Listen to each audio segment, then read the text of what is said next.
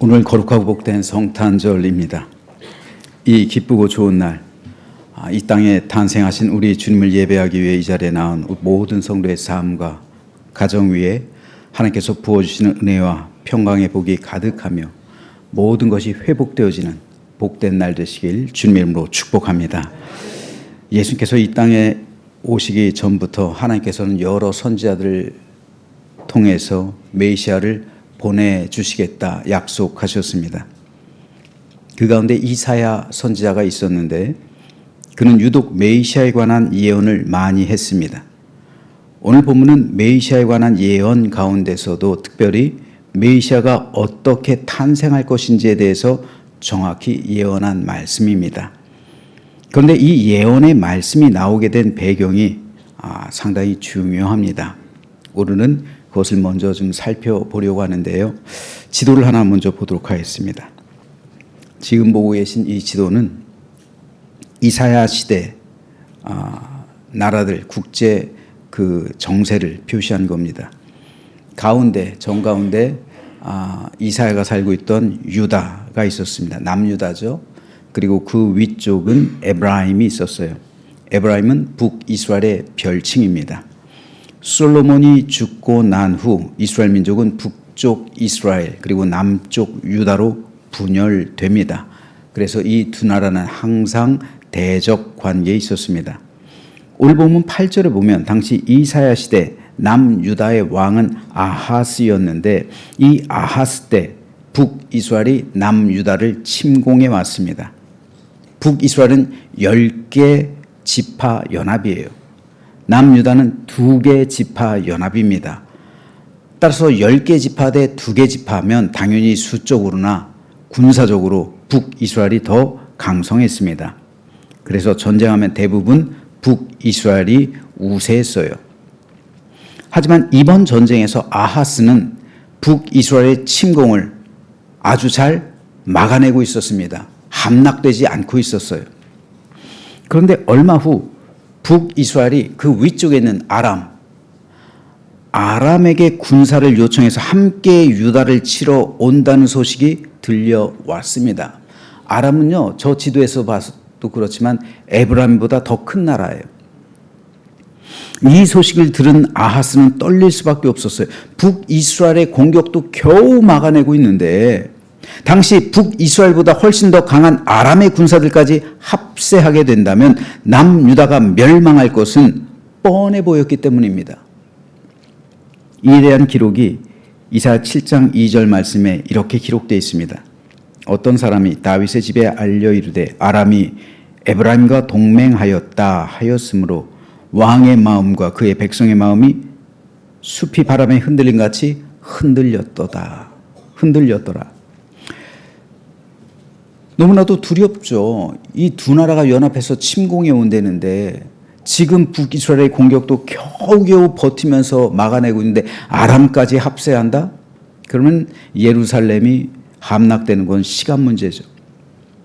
그래서 두려워할 수밖에 없었어요. 그런데 바로 그때 하나님께서 이사야를 통해 이렇게 말씀하셨습니다. 그에게 이르기를 너는 삼가며 조용하라.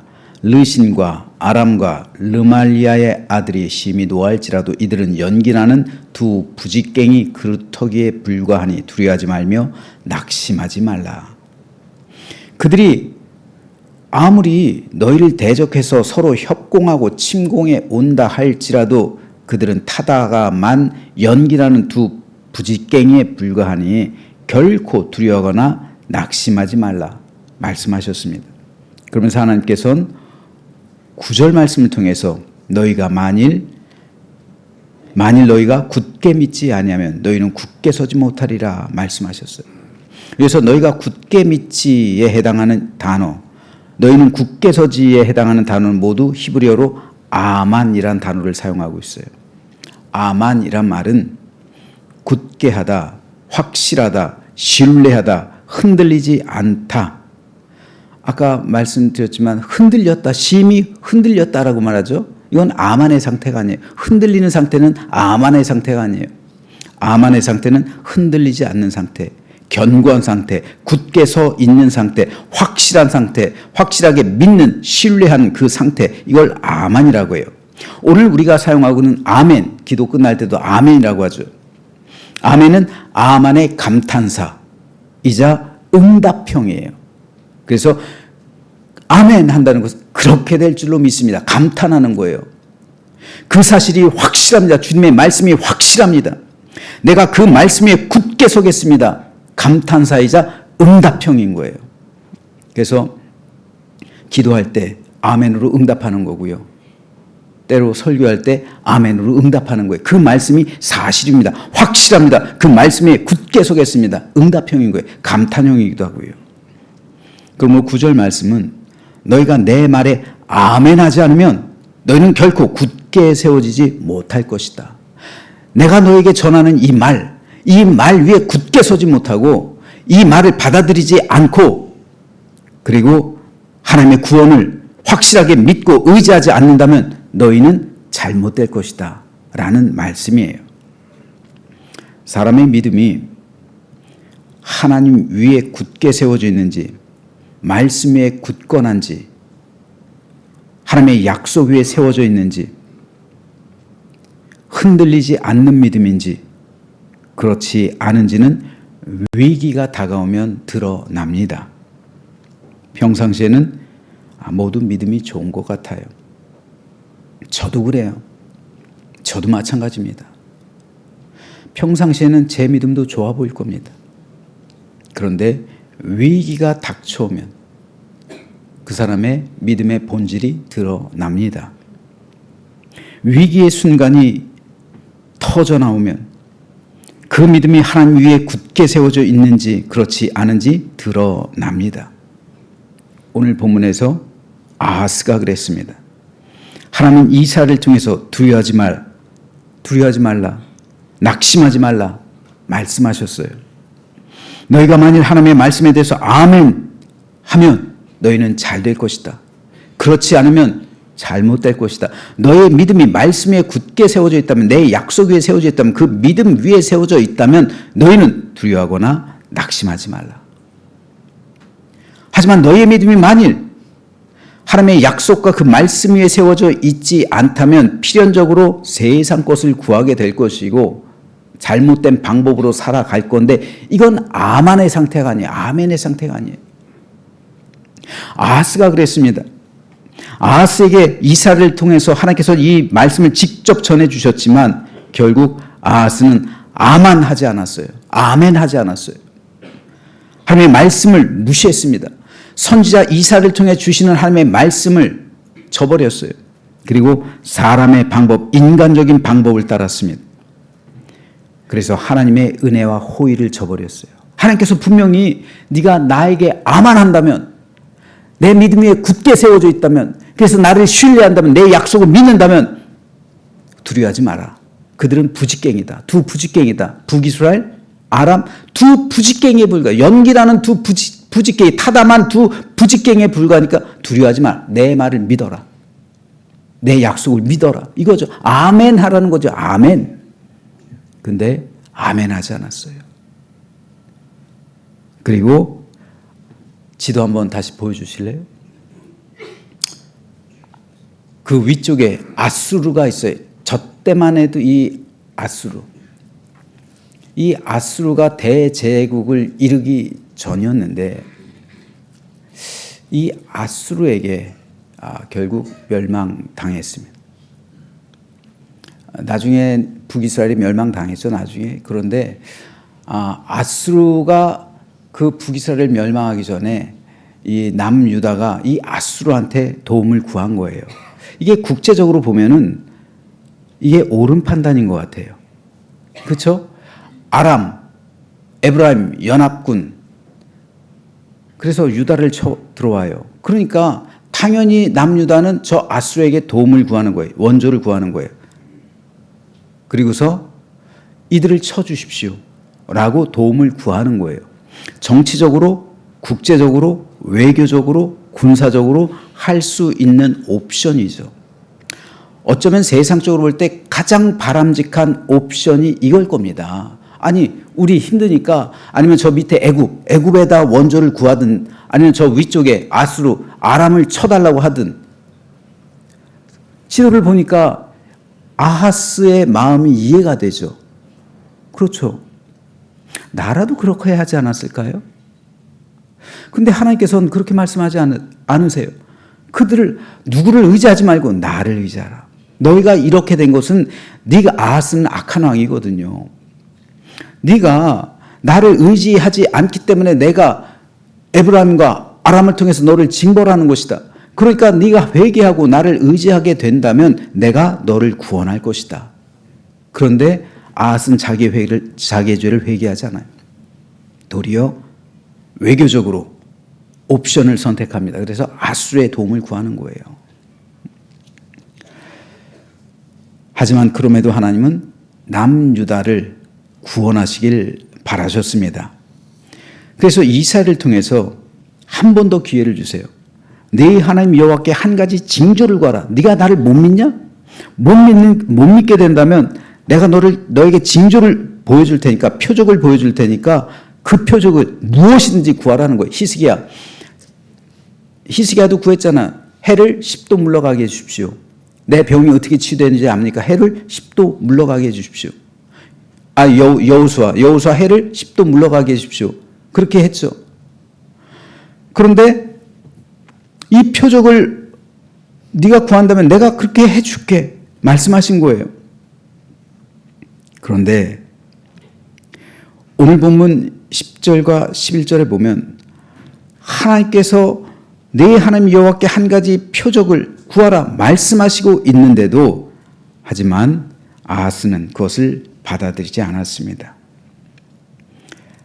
그리고 오늘 본문 12절에 보면 아하스가 표적을 구하라는 하나님의 말씀에 대해서 뭐라고 말하는지 한번 읽어보죠. 아하스가 이르되 나는 구하지 아니하겠나이다. 나는 여호와를 시험하지 아니하겠나이다.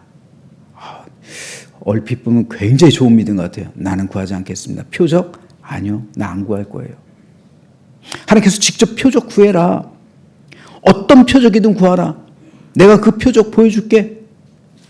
그 징조 보여줄게. 어떤 징조든 어떤 기적이든 어떤 표적이든 네가 내 말이 사실이라는 그거, 나를 의지하라는 이게 사실이라는 거 내가 보여줄 테니까 어떤 것이라도 구하라. 근데 아하스는 나는 표적 안 구할래요. 나는 하나님 시험하지 않을래요. 좋은 믿음인 것 같죠. 진짜 좋은 믿음이면 어떻게 돼요? 표적을 보지 않고서도 하나님의 말씀을 들으면 그게 진짜 좋은 믿음이죠.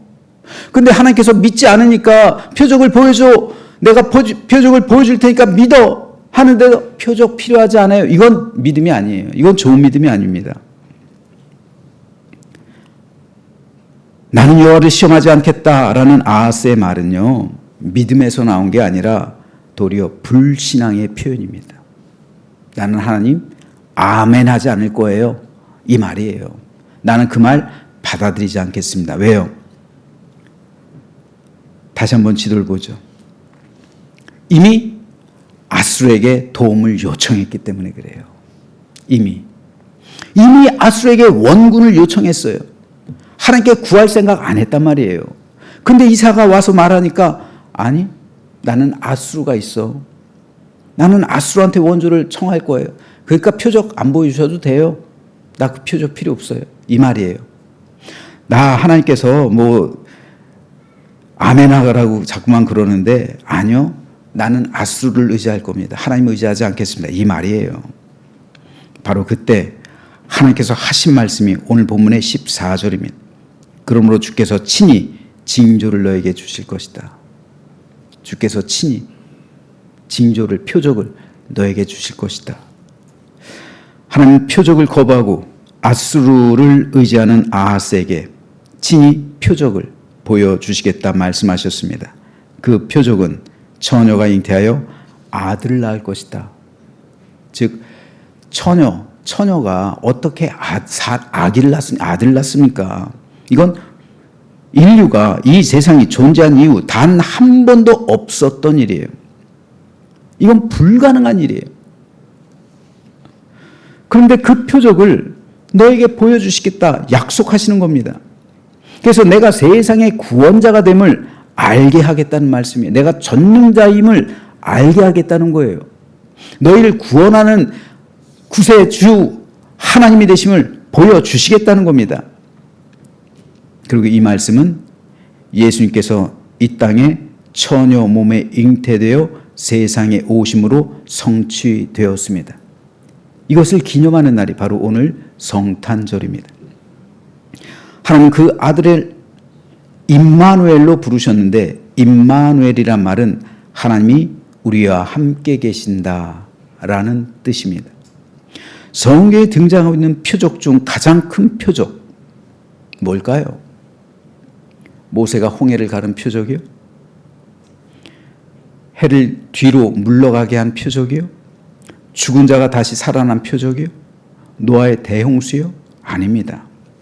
세상에서 가장 큰 표적은 하나님이 인간의 육신을 입고 이 땅에 내려와 우리와 함께 계신다는 이 표적이에요. 동정녀 몸에서 나신 이 표적이에요. 하나님이 사람의 몸을 입고 오신 이 표적이에요. 그로 인해 우리가 구원받은 것은 하나님께서 모든 사람에게 보여주신 큰 표적, 가장 큰 표적이 바로 이 표적입니다. 따라서 이 표적을 믿는 사람은, 이 표적에 대해 아멘 하는 사람은 오늘도 여전히 하나님의 자녀가 되는 권세를 얻게 될 줄로 믿으시기 바랍니다. 세상 사람은 이 말씀에 아멘 하지 않아요. 그렇죠? 나 안 믿어요. 못 믿겠어요. 아하스랑 똑같아요. 나 하나님 의지하지 않을 겁니다. 나의 구원자 필요하지 않아요. 어떻게 처녀가 아들을 낳고, 어떻게 신이 인간이 되고, 어떻게 내 영혼이 천국과 지옥에, 난 천국과 지옥이 있는 것도 못 믿겠어요. 난 그 말씀 아멘으로 받아들이지 않겠습니다. 아하스 같은 사람입니다. 자신의 힘, 자신의 생각, 인간적인 판단으로 세상을 살아가는 사람들, 아멘할 수 없는, 이 하나님의 말씀에 대해서 아멘으로 받아들일 수 없는 사람들입니다. 그러므로 오늘 우리는 이 말씀에 대해 아멘으로 화답하는 믿음의 백성이 된 줄로 믿으시기를 주님의 이름으로 축복합니다. 그러므로 이 믿음을 가진 사람들은 이제 더 이상 아하스처럼 세상을 의지하거나 세상적인 방법으로 살아가서는 안 됩니다. 하나님의 사람은 하나님의 뜻에 따라 사는 사람이에요. 지도 다시 한번 보여주세요. 지도요? 자, 여러분 같으면 어떻게 하겠어요? 에브라임과 아람이 와서 동맹을 맺고 와서 전쟁하고 있습니다. 이 상황에서 하나님은 이사를 보내서 두려워하지 마라. 내가 너를 구원할 것이다. 다만 너는 너의 잘못을 회개하고 하나님을 의지해라. 그러면 너의 모든 것은 평안해질 것이다. 이럴 때 우리는 과연 하나님의 말씀을 듣고 항복할 자신이 있을까요? 그래서 그 말씀을 듣고 죽으면 죽으리라 결단할 각오가 돼 있을까요? 하지만 많은 사람이 그렇지 않아요. 많은 그리스도인들도 아마 아수르에게 도움을 요청하는 편이 빠르고 손쉬울 것으로 생각하기 쉽습니다. 아, 좋잖아요. 아수르, 저 큰 나라, 아니면 저 밑에 애굽, 우리를 좀 와서 도와주십시오. 아니면 저 아수르, 아람을 좀 쳐주십시오. 그러면 본국으로 돌아갈 거 아니에요. 저 여러분 과연 어떻습니까? 과연 우리는 어느 편을 선택하며 어떤 믿음의 삶을 살아가고 있습니까? 믿음이 우리에게 굳게 세워져 있는지, 하나님의 이 말씀에 아멘하는지, 아멘으로 받아들인지 아닌지는 위기가 다가오면 압니다. 이 위기 속에서 아수르를 구하느냐, 하나님의 말씀에 순종하느냐.